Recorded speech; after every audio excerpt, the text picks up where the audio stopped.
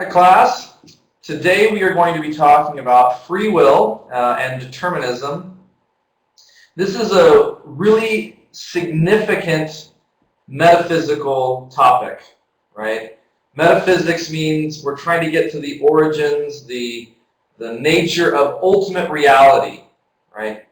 So some of these questions are things like, does God exist? We've already been talking about, do humans have a soul? Are we purely material beings?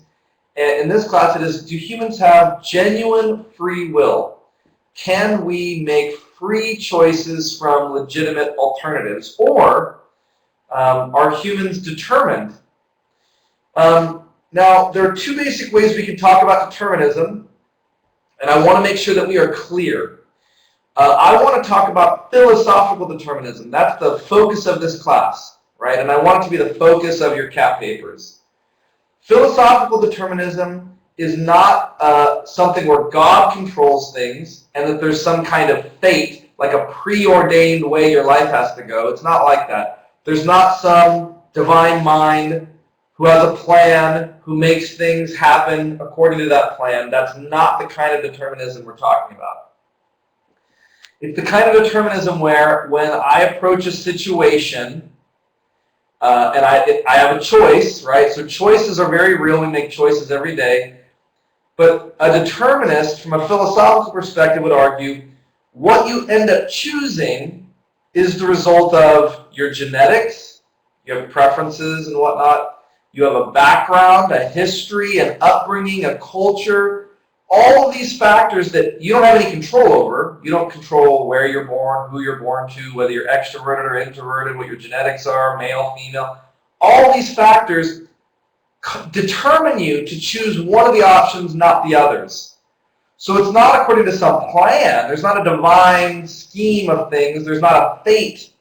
It's more because of my history and the mood I'm in and my upbringing and all the things, my past experiences, I end up making this choice rather than that choice. And it was determined, not the result of my free will, even though I often feel free. So I want to talk about philosophical determinism and these causal factors, right, not God. However, this is a Christian university, right, NNU, and certainly many people hold the belief that God controls things, so I'm going to mention it, right? There's a separate kind of determinism called theological determinism.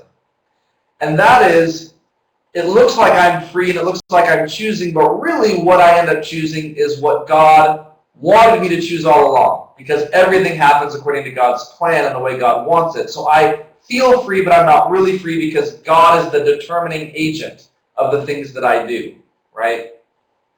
That is much more of a theological view, right? Many Christians hold it, especially within the Calvinist framework, that God determines all events. But in terms of your papers and whatnot, I'm less interested in you writing that. That would be more of a theology paper. So with that in mind, let's talk about free will and determinism. This lecture will focus mostly on determinism. But first, I want to get a few terms set so that we're clear. So the first term I want you to know is called circumstantial freedom. There are various ways to talk about freedom. We're going to talk about two. The first is circumstantial freedom. This is the freedom from external forces, obstacles, natural limitations that restrict or compel behavior. This is really about the external circumstances of one's life, right? So someone has more or less circumstantial freedom based on the external circumstances that they face, right? For example, if you are very poor, then your external circumstances provide you with less options, less choices, right? You can't fly to Hawaii. You might not even be able to go to the movies or get gas in your car because you're so poor. Well, then that tells you I'm not free to drive 100 miles because I can't afford gas. I'm not free to go visit my relatives in California because I can't pay for the flight. So the amount of options available to you shrinks, which limits the amount of freedom you have. That's circumstantial freedom. If you were a slave in the 18th century, 17th century, 19th century, you have very little circumstantial freedom. Your circumstances are such that you have almost no freedom at all because you're a slave. If you're Bill Gates, you have a lot more circumstantial freedom because you can do almost anything you want financially. You can fly to South Africa today if you want. You could buy an island. You could retire. You could travel wherever you want to go. I want to go out to dinner and then do a movie and then, right, take a red eye to New York. You can do all. The amount of options available to you expands if you've got more money. You live in a free society like the United States, etc. This has everything to do with external circumstances, and you have more or less of it. It's a sliding scale depending on where you live, how old you are, how much money you have, what opportunities you have. So if you are in prison, you have a small amount of circumstantial freedom because you're in prison. You can't go to the movies or visit family or do whatever you want or even make phone calls. If you're out of prison, you have more circumstantial freedom because you have more options. So I hope this helps, right? An example would be the freedom, right, to go to a movie after class. In order for me to be able to go to a movie after I teach my class, there's certain things, certain circumstances I have to have. I have to have time, I have to have money, I have to have transportation, right? I have to have a movie theater near me. If I'm in a really rural area, going to a movie might not be an option. If I have all of those things, then I have circumstantial freedom to go to the movie. If I don't have the money or a way to get there or a movie theater close, I don't have the circumstantial freedom to go to the movie. The second way we talk about freedom, we talk about metaphysical freedom. And this is the really important kind of freedom. This is not about external circumstances. This is about the freedom to choose between legitimate options. And legitimate is the key word here. It's the power of the self. It's an internal ability, right, to make free choices among genuine options. An internal freedom that has nothing to do with external circumstances. So this is the real debate. If circumstantial freedom sets the amount of options available to me, if I'm in prison, I have few options. If I'm Bill Gates living in the United States, I have lots of options. That's circumstantial freedom. Now the question is, do I have the internal ability to make free choices among legitimate options, right? So if I'm a prisoner and I have free will, I might have very, very limited options in terms of circumstantial freedom, but I can still choose to be a good prisoner or a bad prisoner, follow the rules, break the rules, have a good attitude or a bad attitude, because these all deal with my internal choices that I have, right? And this is the real debate, so you need to hear this. Both the libertarian, those who defend free will, and the determinist, those who reject free will, feel the same way about circumstantial freedom. Both of these groups believe you have more or less of it. So even the determinist says Bill Gates has more circumstantial freedom than a prisoner. There's more options there, right? The debate is whether there's metaphysical freedom. The libertarian, the one who defends free will, argues we can make free choices between legitimate options, right? The prisoner can choose that we're good attitude, bad attitude, follow the rules, break the rules, right? The determinist says we don't have this internal ability. There is no metaphysical freedom. So that we feel like we're free because we have choices and we're making decisions every day. But the determinist argues the decisions you make were ultimately determined by things outside of your control. Most of the things we do are because we desire to do them, but we don't control our desires. So we don't have metaphysical free will over what we desire because they arise in us naturally. Many things we choose are because of our past experiences. We've had positive or negative experiences that lead us to make certain choices and not others, but these past experiences were not in our control, right? There's a culture and a language and a religion and an upbringing and a genetic structure. We didn't choose any of it, and yet these are the reasons why when we have options, we choose option A versus option B. So the determinist argues you don't have metaphysical freedom. Well, there's clearly options available to you, what you're going to eat, what toothpaste you're going to buy, what movie you're going to see. The argument is that these options are not legitimate because what you end up choosing was determined for you because of these various factors we've been mentioning. Okay? Let me go back to the movie example. And I'm going to really defend determinism. I'm just going to warn you. Most of you, maybe all of you, believe in free will. Most humans think we're free because we feel free. Determinism, though, has a lot of evidence supporting it and a lot of philosophical argument backing it. And so I'm going to try to push it a little harder, but we will talk about free will as well. So don't worry, but for now I'm going to push determinism. So you think about it, right? You think about the movie. Let's say I have all the circumstances I need. I've got money and time and a theater nearby and transportation, and I decide to go to the movie. I go, and as you know, these huge movie theaters, you have like 20 options. The idea is I'm going to make a choice. I'm going to make a decision about what movie I'm going to see, right? The issue is whether that choice is free or not. Or is the thing I actually choose determined because of things outside of my control? And think about how you actually make choices, right? So you go to the movies. Certain are not options because the times don't work. Gone. Certain options fade away because of who you're with. So let's say you're on a date.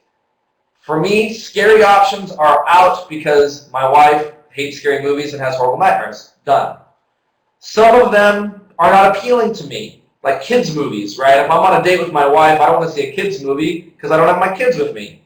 And I don't really like kids' movies, right? So kids' movies are out. So now we've already eliminated a ton of options. Then there's going to be some that appeal more than others because of the director or the actors in it, past experience. Oh, Leonardo DiCaprio makes really good movies, so now I'm intrigued by the movie he's in. And Martin Scorsese's the director, and I really enjoyed his work. I've seen some previews, and it makes that movie look good. And these other movies don't appeal quite as much. And one of the options rises above the others, and my wife and I are like, yeah, that seems like the best option. We go see it. Was that really a free choice? Could we have just chosen any movie willy-nilly? Right? I don't think so. We're not going to go see certain movies. I'm not going to go spend $23 on a kid's movie. I'm not going to do that for a scary movie that's going to haunt my life. Certain actors, directors, storylines don't seem appealing to me. I saw the previews, I'm like, dumb, I don't want to see it. And one emerges. And the determinist says that choice, although it felt free, was really determined by all these other options. And this is true for all of our decisions, right? I go buy toothpaste. I go to the store. I can already tell you, my wife needs to have baking soda, right, in the toothpaste because she gets canker sores, and the baking soda peroxide stuff cuts through, so certain toothpaste have that, more of that in them than others, so my options are limited immediately. If I'm going to the store, I can tell you right now, I'm just looking for the toothpaste that has the baking soda and is the cheapest, because money is my primary factor, right? I didn't choose to be cheap. My father was cheap. I was raised in a home where money mattered. I think it's kind of a DNA in me that cares about that sort of thing, like getting a deal. And so my options shrink immediately to the criteria for my wife's canker sores, the criteria for cheapness. One emerges, I choose it. I go to the checkout line. And you think about it, isn't that what you do? Certain toothpaste you don't like the taste of, certain toothpaste you do. Did you choose not to like the taste of some and to like the taste of others? My guess is no. You have a genetic structure that makes you more inclined to like certain flavors, not others. Some of you like chocolate, some of you like vanilla, some of you like fruit, some of you don't. You didn't choose it, and then you're going to have financial things. You've had experience with Crest, and you know you really like it, and blah, blah, blah. You've seen commercials, advertising. All these things compel you so that where you had 50 choices of toothpaste to begin with, the one you actually choose was not the result of free will, but all these other factors. And this is how the determinist argument works. And it can work for small decisions. It can work for large decisions. Think about the decision, like I married my wife, right? She loves when I talk like this, right? Determinism is very romantic. But you think about it. How many people do you have access to that you could potentially date, right? The world has billions of people. I'm only going to run into a few thousand, right? Legitimately, like, know their name, interact with, right? That might even be too large, maybe a few hundred. So all the other people that I'll never meet, all the other people in the world that I'll never travel to, they're not even options. I've got a small set. Then you whittle it down further, right? So when I was about dating age, I had to be single, and the other person had to be single if we're going to start dating. So that isolates every single person that's in a relationship, right? Then I have to be attracted to the person. Do I choose to be attracted to who I'm attracted to? No. Attraction arises naturally. I don't control it. So that eliminates every other person that I'm not attracted to. So you see all these factors that winnow down. The other person also has to be attracted to me if we're going to date. It has to be a two-way street. So that eliminates every woman who's single who I'm attracted to who's not attracted to me. So the pool gets smaller and smaller and smaller. I happened to meet my wife. We met at a basketball game in college. A game I almost didn't go to. I didn't want to go. My friends were like, let's go, so I did. If I hadn't gone, I probably wouldn't have married my wife. I'd have married someone else. That's how our razor's edge, right? We talk about we make these free choices, but it's coincidence, right? So I happened to go to the game. I met her. She struck me as very funny, just likable. I just gravitated to her from the beginning. I didn't choose to gravitate towards her. I was in college. There were lots of girls around, but I did. And she happened to gravitate towards me. So we started dating, right? And obviously, there are times where things could have made it so that we broke up, but because of our similarities, because of our communication styles, because of our love languages, all these things which I didn't choose, right, to show love through acts of service. I didn't choose to be a communicator. Whatnot. These things were part of my personality. And it clicked, and we ended up getting married. Is that really a free choice? Could I have just freely chosen to marry anybody? No. The pool was very small of people that were single, that I was attracted to, that were attracted to me, that would make it, that would last, right? The amount of time it would take to get to an engagement and a marriage. And so determinism says even that is not something you just freely choose, right? Again, this kind of determinism is not arguing that God destined me to marry my wife. There was no plan involved. It's a series of past experiences, desires, preferences, genetics, and whatnot that lead one right down the road to the choices that we actually make that appear free, that even feel free, but that are not free. Two other things that we need to be clear on, two other terms. One is event causation. We talk about events taking place like a leaf falling off a tree or I choose chocolate chip ice cream. These are all events in our lives. They are happening all the time. Event causation says a particular event is the necessary result of previous causes. This is the determinist view. Every event is the necessary result, not probabilistic result. We're not talking about influence. We're talking about causation, the necessary result of previous causes. So if a leaf falls off a tree, we don't think the leaf chooses to fall to the ground. We see this as the necessary result of the weather getting colder, the tree sending less resources to the leaves drying up, wind and gravity pulling it to the ground. The leaf falling off the tree is a necessary result of previous causes, right?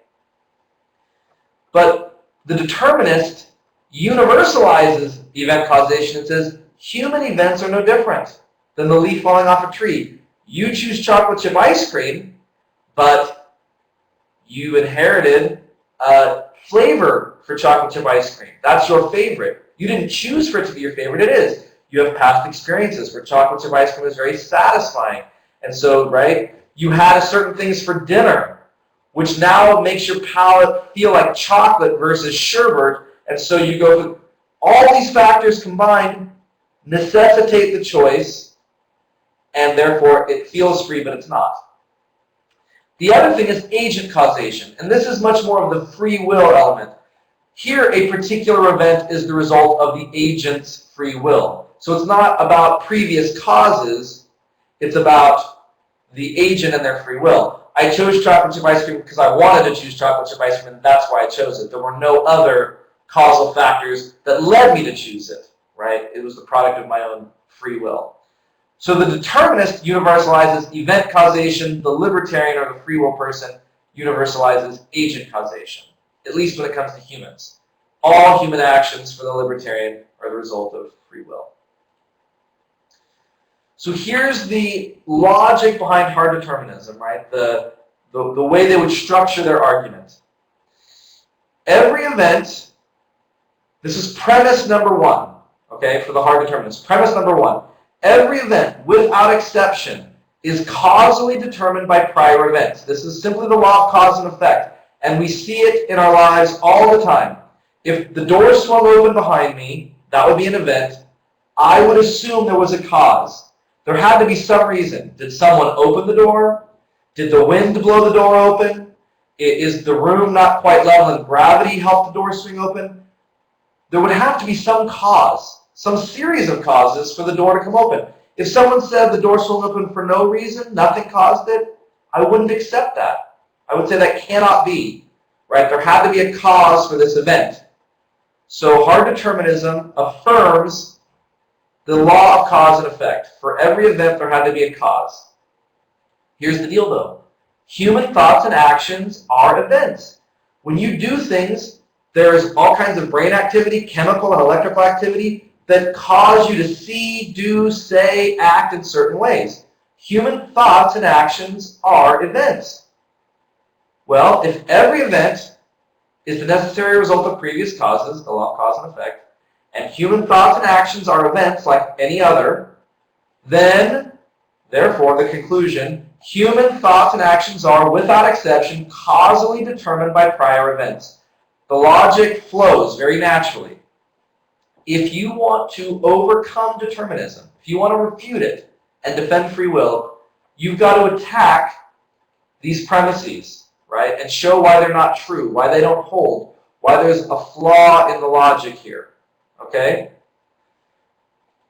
The hard determinist says circumstantial freedom, you have more or less of it depending on your circumstances, so there's no difference between the determinist and the libertarian on this point.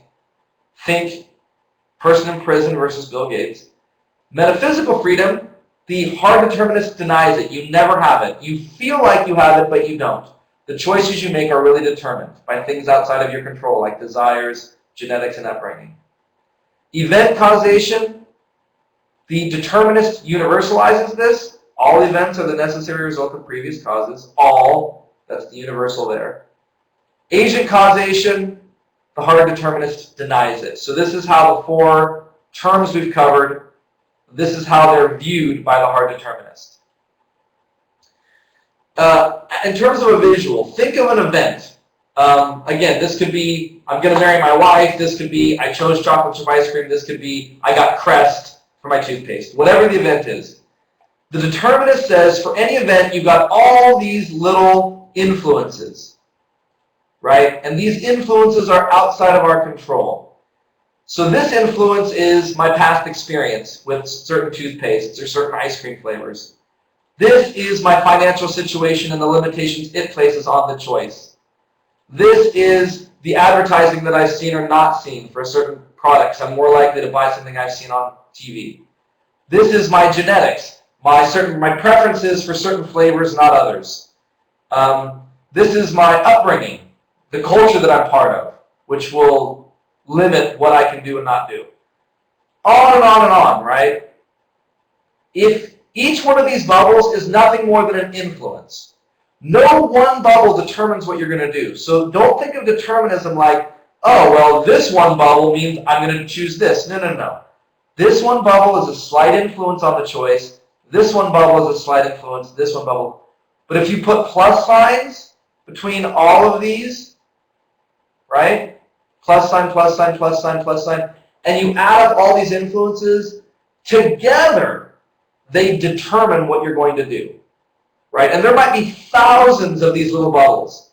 Subconscious things we're not aware of, moods, implicit preferences, all kinds of things. If you add all those factors up, it determines what you actually choose, even though you feel free. None of these bubbles is free will, right? They're all the kinds of things we've been talking about.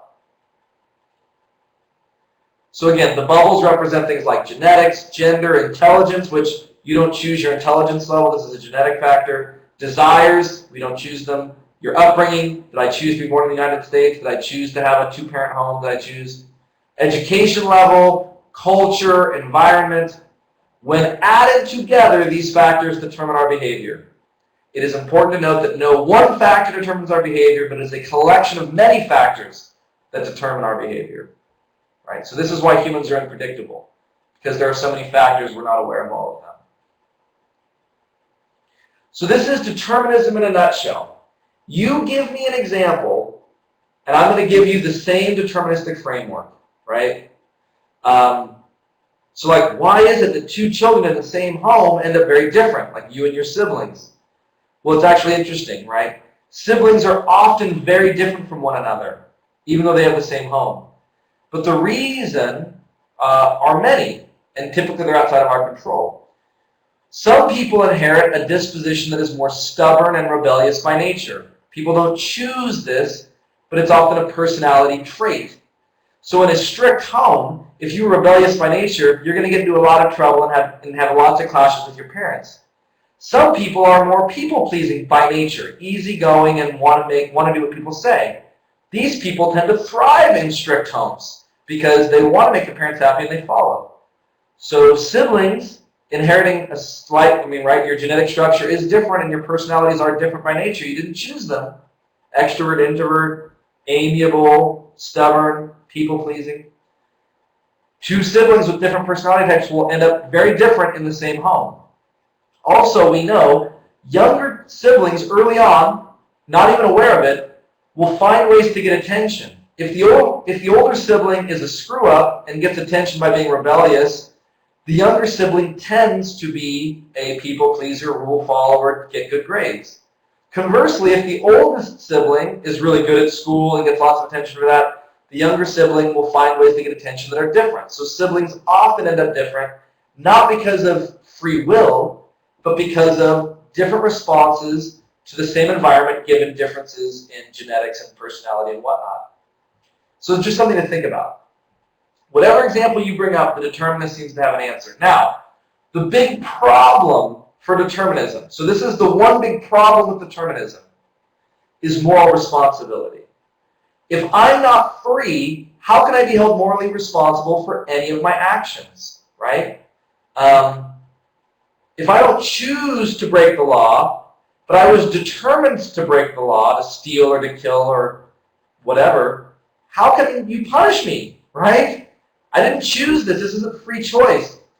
Our whole legal system is predicated on free will, punishing people because they deserve it, because they've made bad choices. If you take away free will, what do we do with moral responsibility? So this is a huge problem because every culture that I know of, every culture that's been explored has a kind of legal system, moral system in place where people are punished and rewarded based on how well they follow the system. That all assumes freedom. We all feel free. So what do we do here? A few corrections that need to be made here. The determinist does not want to get rid of the legal system. The determinist does not want to get rid of jails. The determinist views these things differently. Humans are determined by past experience, in part, right? So when we raise children, when a child does something wrong, we punish that child. We create a negative stimulus, like a timeout, or we take the toy away. We take the television away, whatever, in hopes that that negative experience will shape the child, influence the child, so next time they won't do that. I mean, that's what we're doing, right? I don't punish my son because he deserves it. I'm not trying to be mean. I'm trying to structure his life so that he'll make good decisions in the future. The determinist says, well, that's what punishment should be. When we find someone for speeding, when we send someone to jail, we're not doing it because they're free. We're doing it to create a negative stimulus so that they're less likely to do these things in the future. We're trying to create a stable, safe society. Punishment has to be a part of it, not because people are free, but because it will help deter bad behavior, fighting them, sending them to jail, and whatnot. So while someone who believes in free will punishes because people deserve it, someone who's a determinist punishes people to restructure their lives in a way that will help them make better choices in the future. So there would still be punishment, there would still be prison, but it would be for a different reason. But still, is this okay with us? Is this the kind of moral responsibility we're really talking about? I hope this helps. If you have any questions about determinism, let me know, and I will look forward to seeing you guys online.